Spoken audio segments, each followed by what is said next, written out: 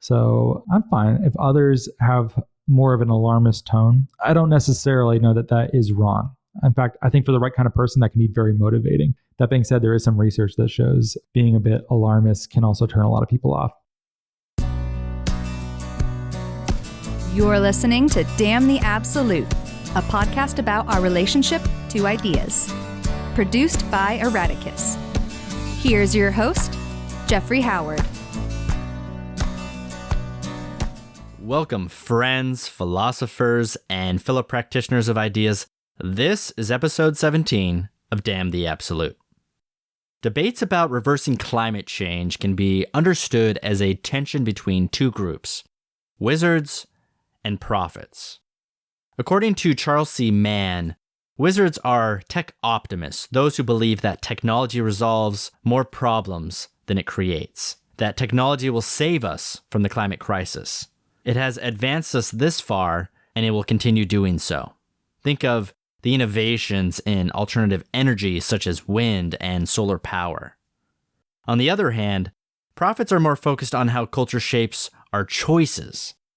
They believe we need to live more within our means, exercise more humility about what we're able to control or even manage. For prophets, we face this climate crisis because of human hubris and the reality that we are taking more from the earth than it can give. This is certainly a clarifying model for understanding the discourse around our perhaps most ubiquitous challenge in the 21st century. But what if there's a more productive middle way between these two perspectives? Ross Kenyon is a co-founder of the Nori Carbon Removal Marketplace, where he serves as creative editor. He has had a varied career, working in an academic center and taking PhD coursework in political philosophy before switching to screenwriting and producing content. He currently leads Nori's creative media efforts, hosting their Reversing Climate Change podcast and producing the Carbon Removal Newsroom podcast. Kenyon exemplifies a curiosity-driven approach to reversing climate change. He minimalizes polemics or alarmist rhetoric, hoping that doing so will bring more voices to the climate crisis table. While he freely admits his communication style doesn't work for everyone, he believes we need this pluralistic vision to reversing climate change if we're going to have much success in reducing carbon dioxide in the atmosphere. A few questions to ponder. What role does literature or climate fiction have in convincing us of the urgency around the climate crisis? How bad are things now? And what will our failure to reverse climate change mean for geopolitical issues such as war, immigration, starvation, and drought? How do we get people with conflicting ideologies to work together toward shared problems? And what should we personally be doing to help reverse climate change? I hope you'll contribute to the conversation. Well, Ross, welcome to the show. Thanks for having me. I'm so happy to be here. I think you've been on our show a couple times, right? Two times? Twice, yes. Yeah. Talking about communitarianism and then one on pragmatism. Next time I get an ism up, I know who to call. Yeah, let me know if you have any other isms we need to dance with. So this will be a familiar practice to you by now. What is a viewpoint you've held in adulthood you were confident wouldn't change that's actually shifted dramatically? I really like that question. I know you have made a point of asking many guests this, and I've been trying to think of the best example of this. I think it's foundationalism, or I was really working for a long time. I spent some time doing graduate work in philosophy, and I always felt like I was getting closer to figuring out what is the most basic understanding that one could build a worldview around. And I sort of lost faith in that project in a big way. The school I was studying at, Arizona, they are a public reason school. Their focus is on Rawls and what came after Rawls. And it ended in this point of basically of saying that, well, do you want me to explain this, by the way? Is yes, this too please much? do. And I do want to leave a note that you bring up public reason. We do have a previous episode with Kevin Vallier talking about some public reason, liberalism, and other related things. So if people want to check that out, but continue, Ross. Yeah, Kevin was, some years ahead of me in that and way, way, way more knowledgeable than I am about it. I just took classes for a year before deciding it wasn't the right route for me. But yeah, so one of Rawls's ideas, John Rawls, political philosopher, is called the original position. How would you design the rules of society if you didn't know which person you would be, whether you'd be the wealthiest, most powerful, or the least powerful? What sets of rules might be most acceptable to people without knowing which role they would inherit? And Rawls was pretty conservative, not politically, but in the sense that he thought people would be very risk averse and choose a pretty strict egalitarianism. And so this post-Rawlsian tradition at Arizona basically thought that rational people could legitimately rank values and risks differently. Someone could choose a society that was more unequal, but overall wealthier. And that's something that someone could legitimately choose. Like a rational person could choose that. Once you get to that point, though, and there are multiple answers and it's sort of values driven or up to one's discretion, there's no longer a set answer. There's no longer a sort of coherent baseline that is not something that leads to democratic deliberation or is unsettled in that way. Anyways, that plus postmodernism well and truly blew my mind. And I sort of gave up on the attempts of trying to find, I kept trying to dig down to the bottom, and then I just found it was muck after muck and nothing else. So I sort of quit and went into art instead. Mucky turtles all the way down. I think you'll find some kinship in the Damn the Absolute community. A lot of anti-foundationalists here who have mired in that same struggle. So you're with friends.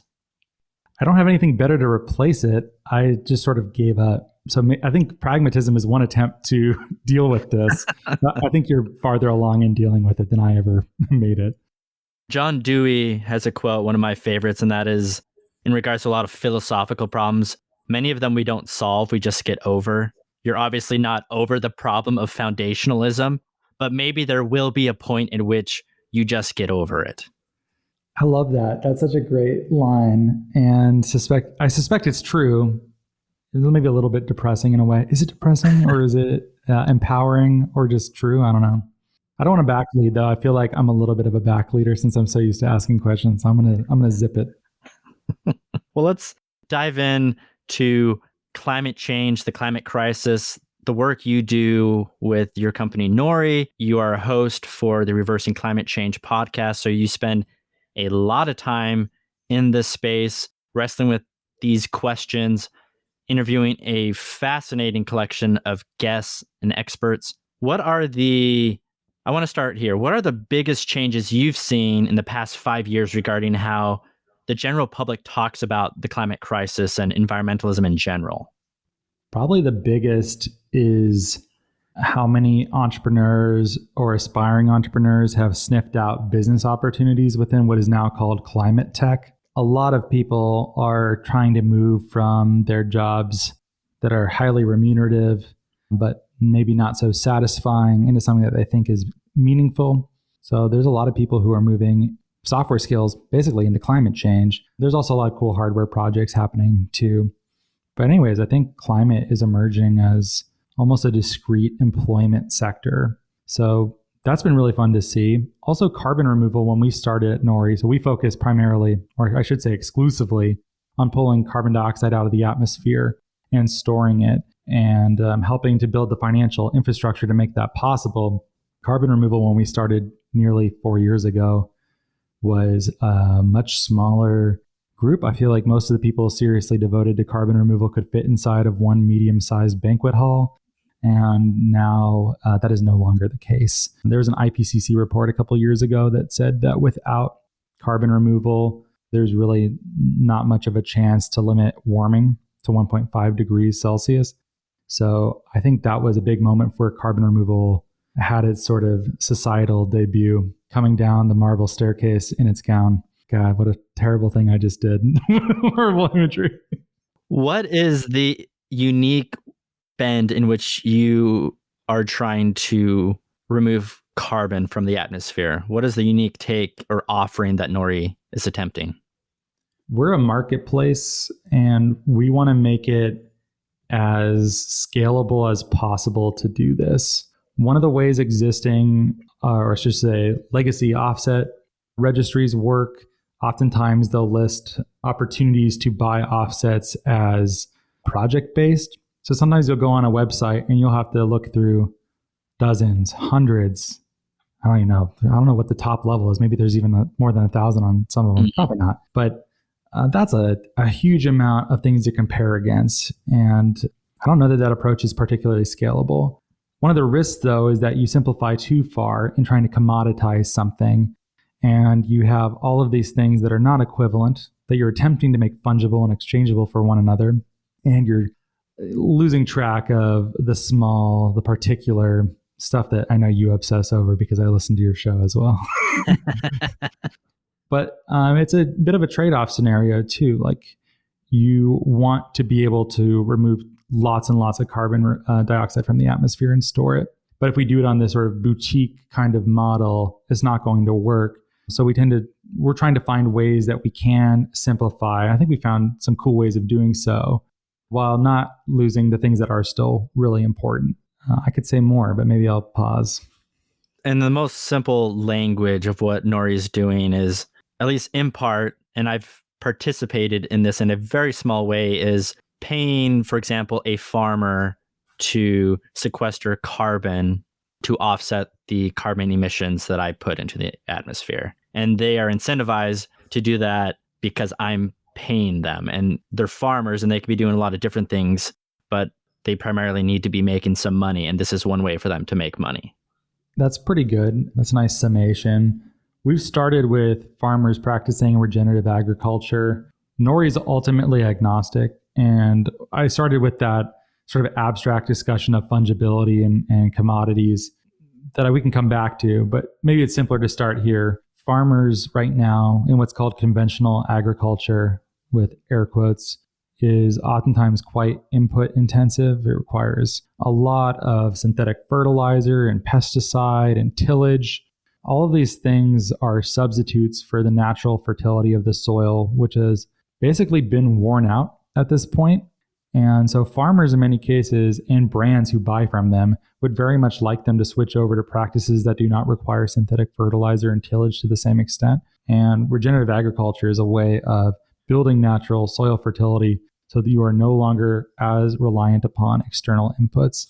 So if you stop tilling nearly so much, if you stop essentially bleaching your soil with synthetic fertilizer, microbial life, if you feed it in the right kinds of ways, using things like cover crops and crop rotations, they're going to take off in there and create a healthy space that supports, plant life, I guess you could say. So that is what we were trying to encourage.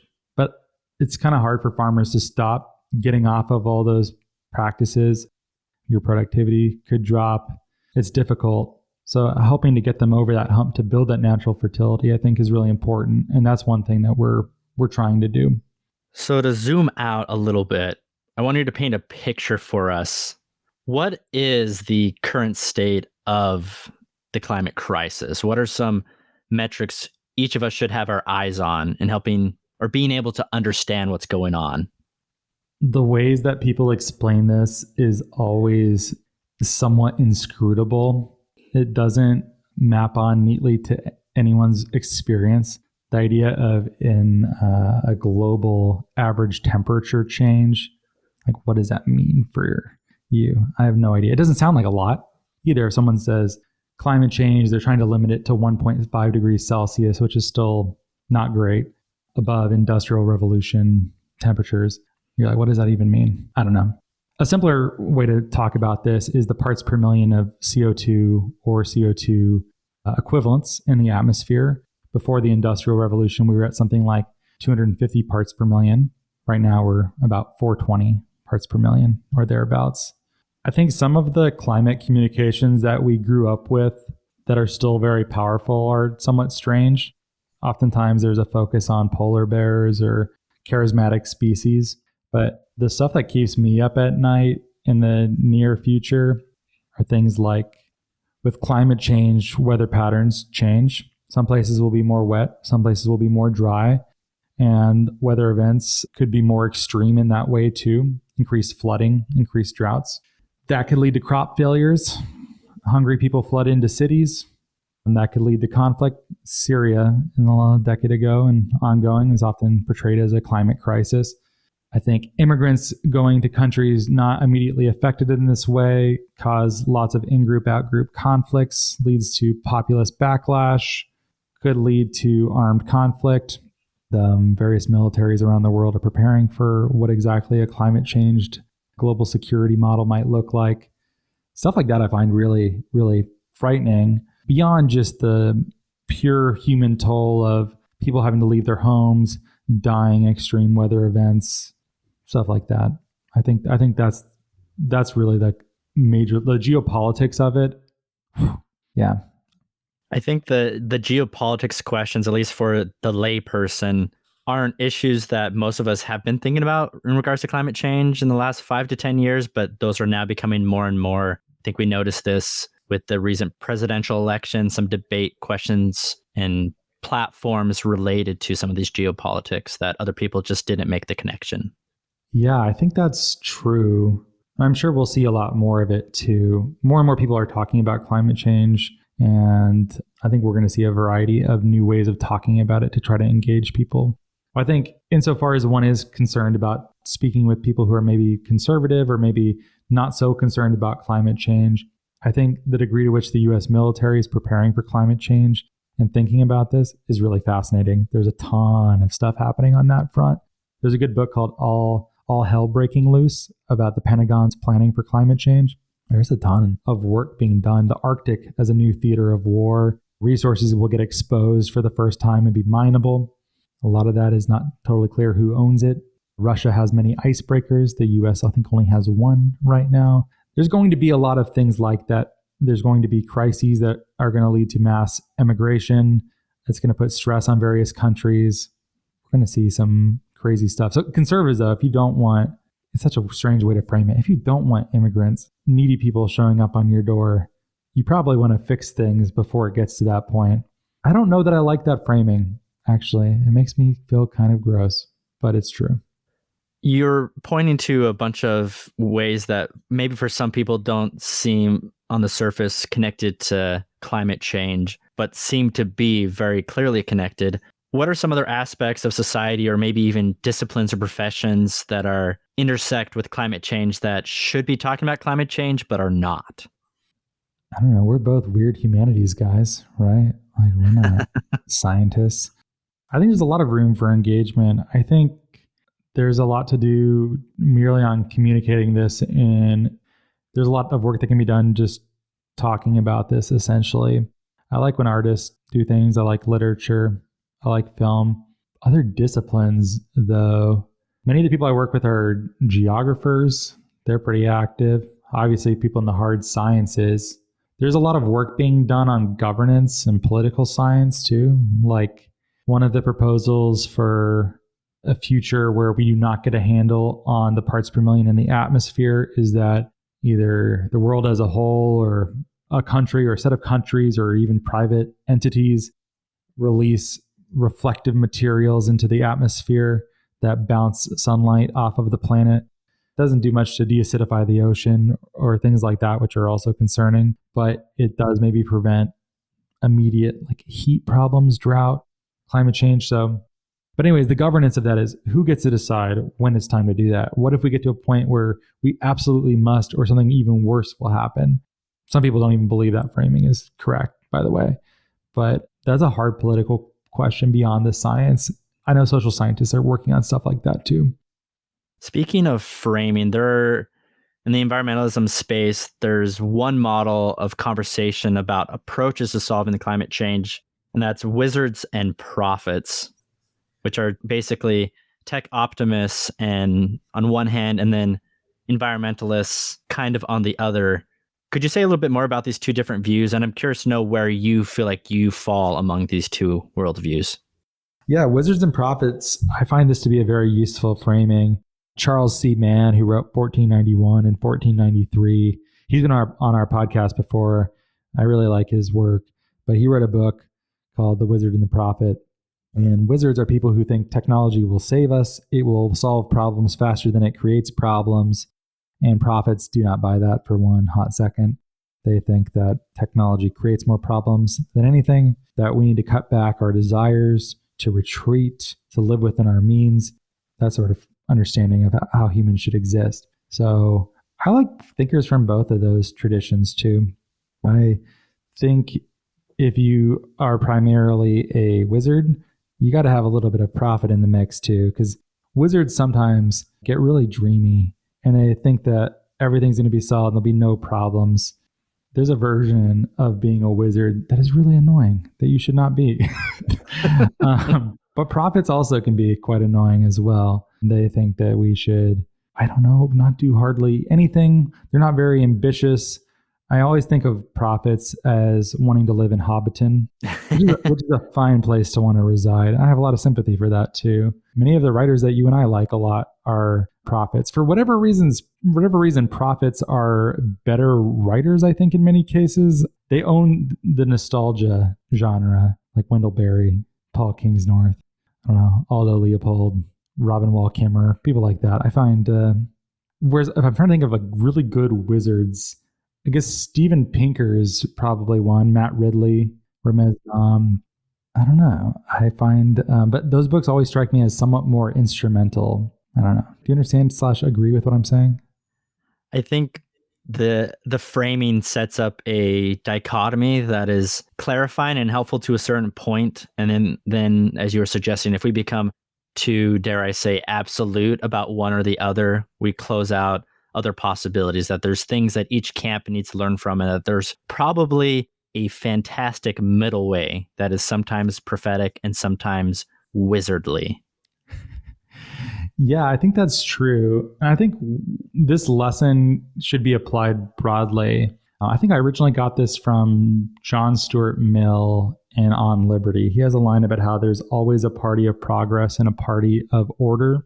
You got to have them both. If you have the party of order and that's it, society stagnates, because that's just conservatives and they keep everything the same and they don't change when they should.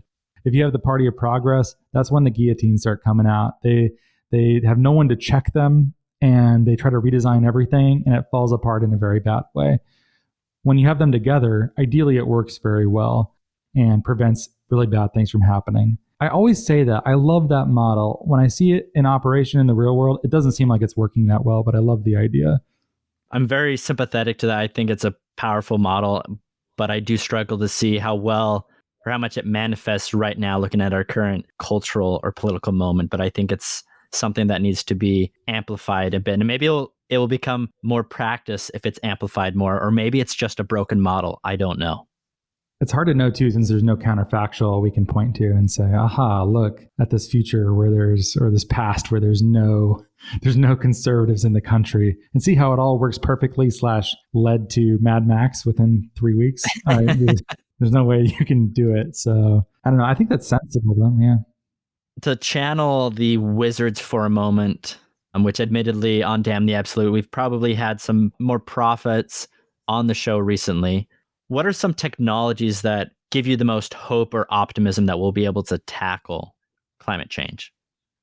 We started with soil since that's where Nori started, and agriculture, but there's a lot of really interesting industrial methodologies too that are coming online.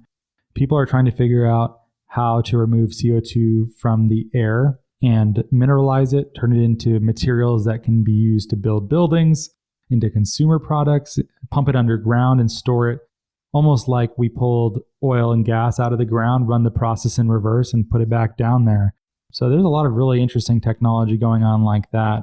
There's a lot of work that involves the ocean that I've been thinking about a lot lately. One of the approaches is to grow macroalgae like kelp, and that grows super fast, stores a lot of CO2.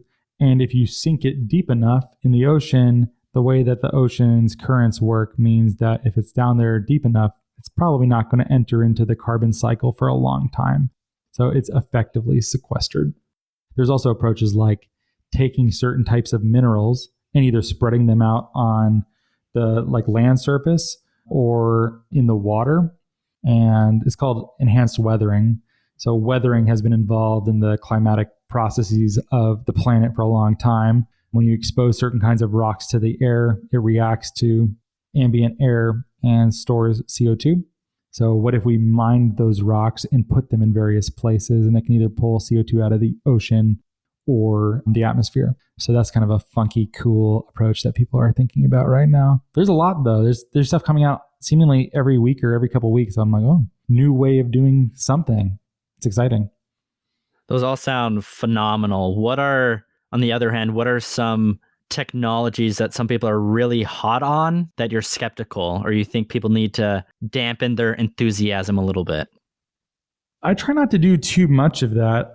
I think some of the simple solutions that get bandied, I sometimes find a bit frustrating. Or if someone will say, we just need to plant more trees, you're like, okay, but that competes with the arable land on planet Earth, and there's just not enough room to plant all the trees that are necessary. Also, as the world warms and if the forests aren't managed well, there's a risk that they catch on fire, as they do in the West where we live seemingly every summer.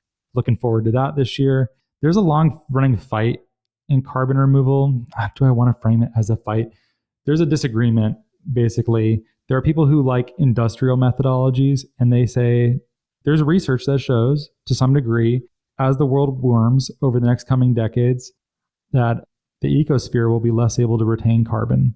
So as the world heats up, maybe jungles and forests go from net storing of carbon to net emitting of carbon. That's pretty scary. That's terrifying. And so they say that we shouldn't bet that much on nature and nature-based carbon removal solutions. Alternatively, there are people who say industrial methodologies are never going to scale. The amount of power it would take to run the fans necessary to separate CO2 from ambient air is a waste of time.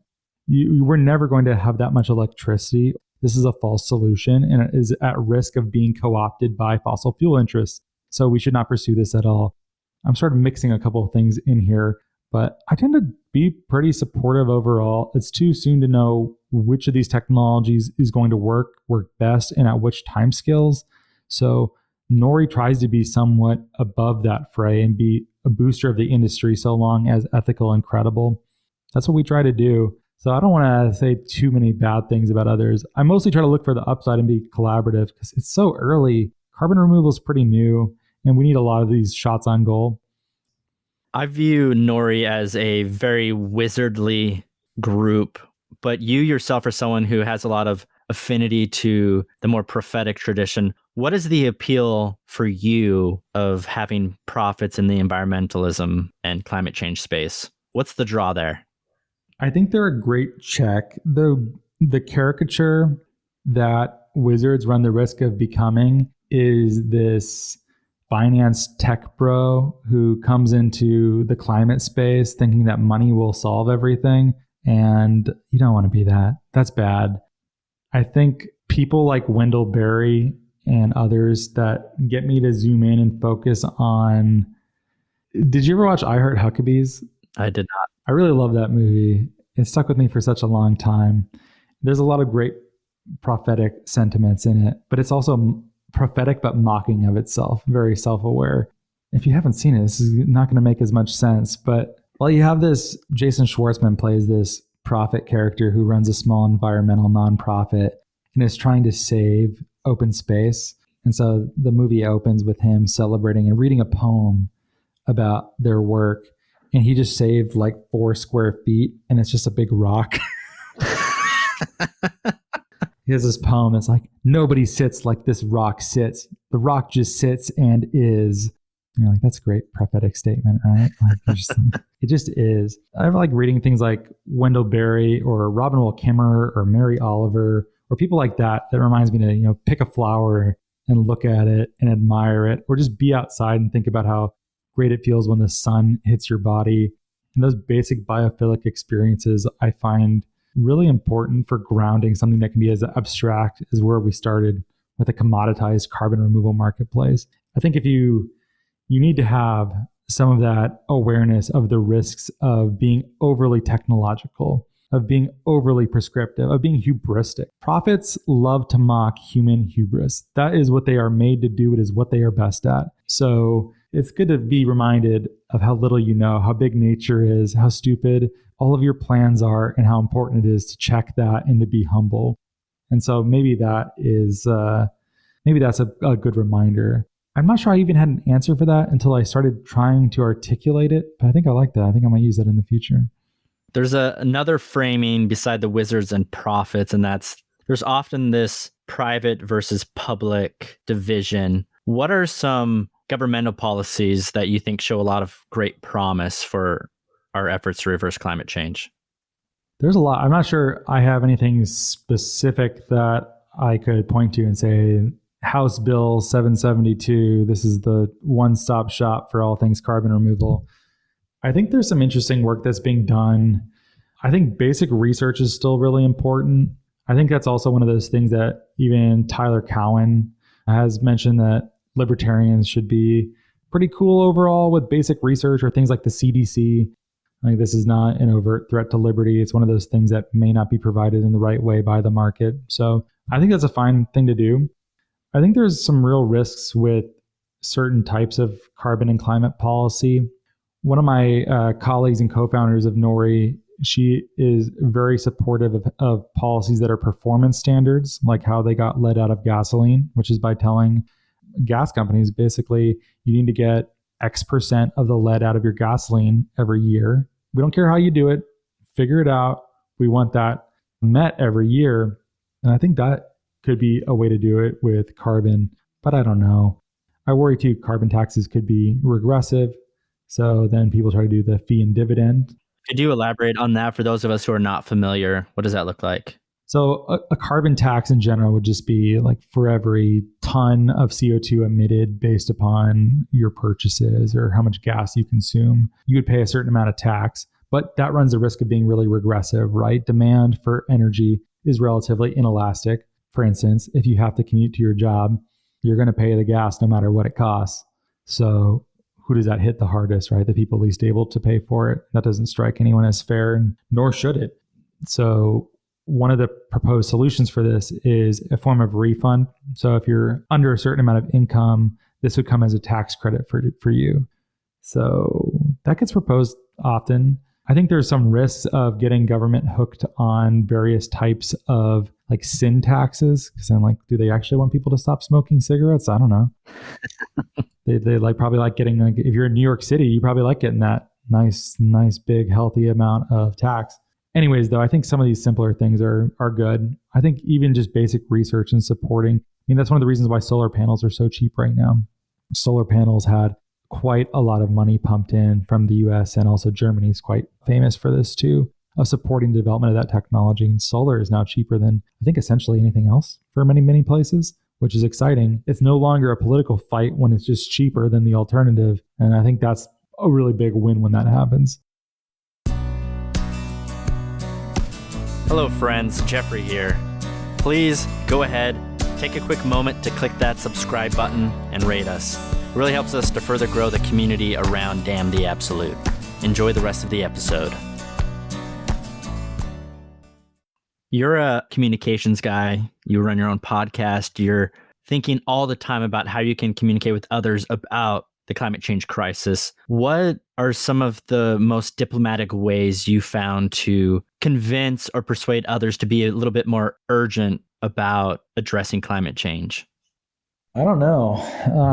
I kind of just do my thing. I try to meet people where they are. I think that's important. I think one of the things I'm either best at or maybe worst at, if you don't like this approach, but I try to invite people along for an intellectual adventure, which sounds kind of pretentious. I don't mean it that way.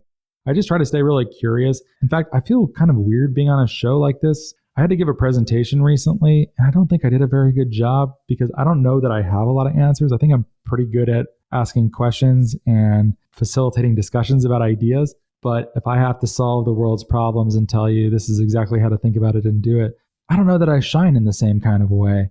I find it actually really challenging. And I almost wish more people did find it challenging, because I think people think they have way too many answers, and probably more than they in reality actually hold. You don't strike me as someone who takes a more alarmist approach to communicating about climate change. And what I mean by that, there's another approach that I think contrasts with your more curiosity approach of communicating as if the world is ending, which it very well could be. In what ways do you see being too alarmist might be detrimental, or what does being too alarmist look like to you? I mean, Greta Thunberg is probably the most famous person like this. I think she's responsible for quite a lot of attention being put on climate change now. Although she was not persuasive to many of the people that I predicted she would not be persuasive with. So many of the conservatives and libertarians I know, she did not receive a warm reception from them. So, I mean, it's an open question too, to what degree are those people reachable in that kind of way and at scale? And some of that is starting to shift. There are groups like the American Conservation Coalition that are trying to get more conservatives or like market-friendly people to think about climate change because they're worried that if they just say this is not a problem, they're going to be left out in the cold in all these discussions. If you want markets to be represented and private property to be represented in climate policy making, you got to engage. You can't just deny it's a problem. So, but I don't know. Some of that stuff feels relatively like a sideshow still. We'll see. We'll see if it keeps playing out. But it might just be a difference in audience. What we do is somewhat, I think, a little bit unique, or like our voice is somewhat idiosyncratic. And it's not for everyone. That's one thing, too, you have to get used to if you're podcasting at all. For instance, reversing climate change is in a crowded field, especially since How to Save a Planet came along and Gimlet put out a climate podcast. It's hard to go toe-to-toe with Gimlet. So if Gimlet starts up a pragmatism podcast, you're in deep trouble, my friend. I don't think it's going to happen. I think you're safe for now. So I don't know. People probably just respond to this unique kind of voice. And there are other shows that are probably a bit closer to Greta in tone, and that's fine. I don't think one tone is going to rule them all. There's something for everyone. One of the reasons I like podcasting a lot is that it gives people a chance to have their approach. And people might find your show for the title. They might find it for the topics, but they're going to stick around for you and your colleagues and peers that are on the show in your particular weird little approach on your corner of the internet. So I'm fine if others have more of an alarmist tone. I don't necessarily know that that is wrong. In fact, I think for the right kind of person, that can be very motivating. That being said, there is some research that shows being a bit alarmist can also turn a lot of people off. I don't know where the data comes down on that one. Your pluralistic approach, I appreciate. I will applaud you on that. You have a lot of kinship here. There's another method that I think is really interesting. And I don't want to necessarily call it sneaky, but it can be. And that's literature. Literature has a profound way of changing the way we view things in kind of subtle ways as compared to a political argument that's just straightforward, trying to move your thinking according to premises. Whereas literature, you just find yourself finishing a novel and suddenly you realize you're on this other side of this gap that you were on before. What are some novels that you would recommend that you find really compelling in helping to shift yourself or others toward being more environmentally conscious? Probably the easiest place to start is Kim Stanley Robinson's The Ministry for the Future, which plays out a near future of the climate crisis, of what happens when there's the first mega drought and heat wave, and it happens in India. This is very early in the book. This is not giving anything away. And then reactions to it, what India does to try to prevent another heat wave, and sort of the global politics around climate. And President Obama said it was one of his favorite books from last year. Everyone's been talking about it in climate circles. He's been on our podcast. There's a strong blockchain component to it, which is really interesting. There's a lot of things in there that I think are going to be very influential. But I don't know that I think that's the correct way to go. I guess one other thing, there's a bunch of cli-fi books. Climate fiction as a genre or subgenre is more and more prominent, and there's quite a lot going on in there. There's also things like Wendell Berry in his novels that'll do it. Oh, man. Does climate fiction feel too heavy-handed in the way of there's a clear agenda and then a story is just an afterthought? How much of the climate fiction feels that way? Yeah, I have so in between the grad school attempt that I made and now I was trying to break into screenwriting and was working on a bunch of scripts, and I broadly think of writing as having two approaches where you can be theme oriented or character oriented. And since I like ideas like you, I often would come into a story wanting to talk about theme, what I'm trying to express or satirize or point out. And I had friends who were much more intuitionistic about it. They would be like, I have this is character who's like this, and they're in this room, and and there's this image, and you're just like, that doesn't mean anything. That's just sort of like a vision that you had. But in the same pluralistic spirit, I would often work very well with those people because I would help them bring structure and theme, and they would oftentimes have this lightning in a bottle, just directorial excess that would be perfect. So we would often team up on writing projects or actually making things. So you're totally right, though. There's a real risk with all of the speculative fiction, historical fiction, climate fiction, science fiction. All of these have a risk of being thought experiments, very obviously so, with characters that are there to serve that thematic vision. And I think that's a real risk for the genre. There's not a lot on just the more character-oriented front like that, starting from character. The only thing I would say is that I think some of the best climate writing is more ecological or environmental. Like, go read Aldo Leopold's A Sand County Almanac. Book is very funny and very beautiful about nature.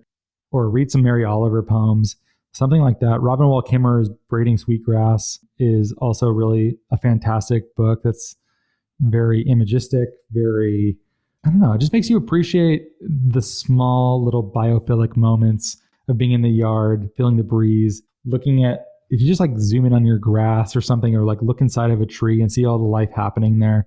I think that does a lot of good, more so than these more geopolitical thrillers or something like that. Or at least for me, I prefer them. Maybe that's a better way to say it. To go back a little bit into the more overtly political, most people of most stripes or orientations are at least interested, if not focused, on climate change. That means there's a lot of divergent ideologies that people bring with them into the environmental space or conservation space.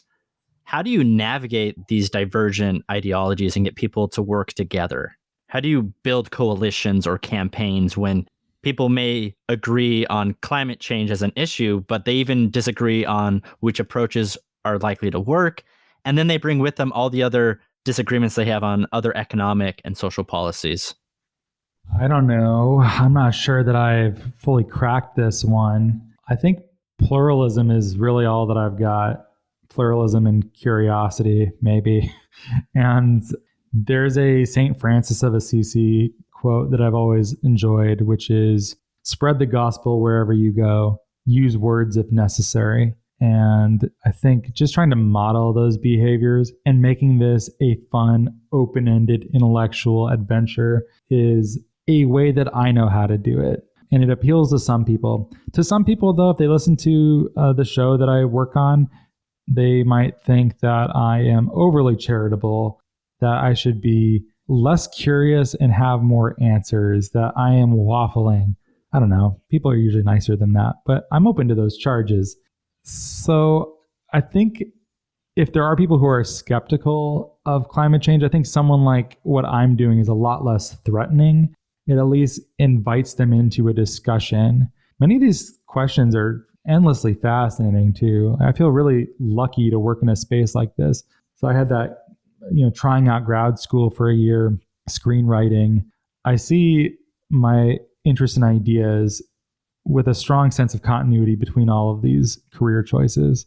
The line is there's no such thing as a career. It's just your jobs and a story you tell yourself when you get older about this continuity that you're imagining backwards. But it is all ideas driven. That's what I like to talk about. It's what I like to do. And it's why I'm here. So I think for the right kind of person, my approach can be valuable to them. But I think people in general like the simple answers though, Jeffrey. I think people want to feel like they're a part of the team and they're beating the other team. I do not offer that, I don't think. So I don't know that I am that successful is what I'm trying to say. For those listeners who want to do better, I know each of us are going to we find ourselves in different circumstances that are going to dictate different actions we can take to contribute to reversing or better managing climate change. But what are the closest, a few concrete practices you think most people can adopt to find themselves probably on the right side of history? All right. I have a good example of is either a fantastic moment of podcasting or an incredibly grim one. But I had this fan of our show write in, and his kids are homeschooled, and they were working on a podcast. of them talking to people working on climate change and asked me to do it. I said, oh, sure, that sounds fun. And they asked me this question too. And here's the sort of ridiculous answer that I gave was, well, I live in an apartment in Seattle, and that means I can walk to work so I don't drive.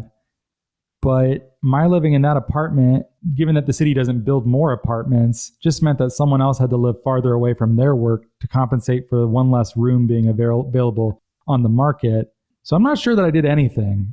It makes me feel good, but I don't know that it changed literally anything. And that was like the best answer that I could have given. And isn't that depressing? I think I have a better one for you though, which is I think eating factory farm meat is bad. I think it's definitely not good for the environment. It's not good for the animals. I'm not even sure how good it is for you. Those animals aren't eating things they're meant to eat. They're pumped full of antibiotics in many cases. I don't think it's great. I think if you're going to eat meat, you should try to make it more of an occasion and buy something that's regeneratively raised, pasture raised, shown a good life, maybe someone where you even know the farmer and trust them to some degree. I am also an enormous hypocrite, though, where I ate at a fast food place the other day. So I try my best, but I'm just riddled with failure. So I don't think you have to be perfect, but I think aspiring that direction, I think, is really valuable. I think that's the one. I think most of us are riddled with a certain degree of guilt around the sort of moral, tragic nature of our choices that we can't really fully know the ramifications of any of them. We just do the best we can. Yeah, I think that's just being a human in some regards. And yeah, is that a grim place to leave it? I feel like we're heading towards the wrap, and we're going to just depress your I can audience. give you another swing if you want, Ross. I don't have. I was going to leave that as a final question. At the same question? I can give you one more swing if you want to leave with a more hopeful final delivery. One thing I think is really important, that if you listen to any sort of survival advice for natural disasters or anything like that, the best thing you can do is know your neighbors. And I think that is good in so many ways. I think meeting with people that don't agree with you about everything, but still might be able to share affection with, still be able to do things, have block parties, go to church, go to the Elks Club, stuff like that, I think is still very underserved these days. I think we mostly just go home from our jobs and yell at people on the internet for fun. That's sort of all we got. So I think if climate change is not addressed in adequate time, I think we are going to have a fair number of crises. And doing your small part to know the people who live on your street and help each other out, I think that's the kind of thing that could help. And it's also a no regrets kind of policy. If climate change is dealt with, here's an enormous bunch of reasons for why knowing your neighbors is a great idea, to which I know you have exhaustively bored your audience, Jeffrey. Ross, thank you so much for offering us a pluralistic walk through the climate change landscape, some of the solutions, a good mix of doom and gloom, which we are about here. So thanks again for coming on the show, and best of luck with all you're doing with Nori. Thanks for having me. I also really like what you do and respect the vision of it, and look forward to listening to more. Thank you for listening to Damn the Absolute. I hope you found our conversation worthwhile. We would love it if you could leave us a review wherever you listen to podcasts, whether that is Stitcher, iTunes, CastBox, or one of the many other options available to you. It goes a long way in helping us to build a community committed to fruitful ideas. See you next time.